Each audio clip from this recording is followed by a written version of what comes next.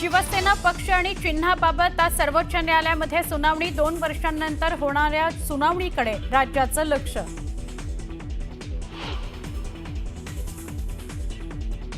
मनसेचं आजपासून इगतपुरीमध्ये 3 दिवसाचं राज्यस्तरीय शिबिर। राज ठाकरे स्वतः शिबिरात करणार मार्गदर्शन। शिवसेना उबाठा सोबतच्या युतीबाबत काय निर्णय घेणार याकडे सगळ्यांचं लक्ष।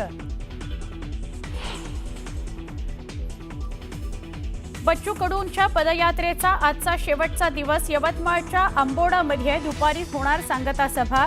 सातबारा कोरा करण्याच्या मागणीकरता कडू आक्रमक।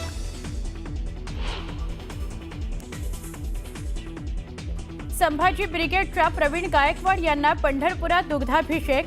अक्कलकोटमधील घटनेच्या निषेधार्थ दुग्धाभिषेक घातला, तर पुण्यामध्ये मराठा समाजाची महत्त्वाची बैठक।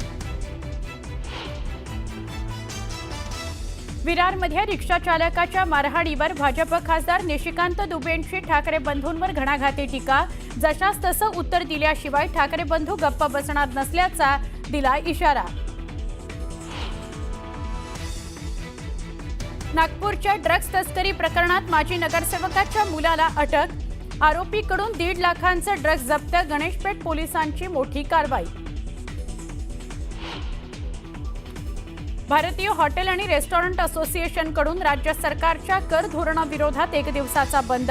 राज्यातील सगळ्या परमिट रूम आणि बार राहणार आज बंद। उत्तर भारताला मुसळधार पावसानं झोडपलं। राजस्थानातल्या अजमेर स्टेशनवर भरलं पाणी। वाराणसीत गंगा नदीनं ओलांडली धोक्याची पातळी। भारताचे शुभांशु शुक्ला यांना इंटरनॅशनल स्पेस स्टेशनमधून देण्यात आला निरोप। अंतराळ स्थानकातून आज पृथ्वीकडे होणार रवाना। आणि लॉर्ड्स कसोटी रंगतदार स्थितीत। भारताला विजयाकरता 125 धावांची गरज। चौथ्या दिवशी भारताच्या 4 विकेट्स गेल्या।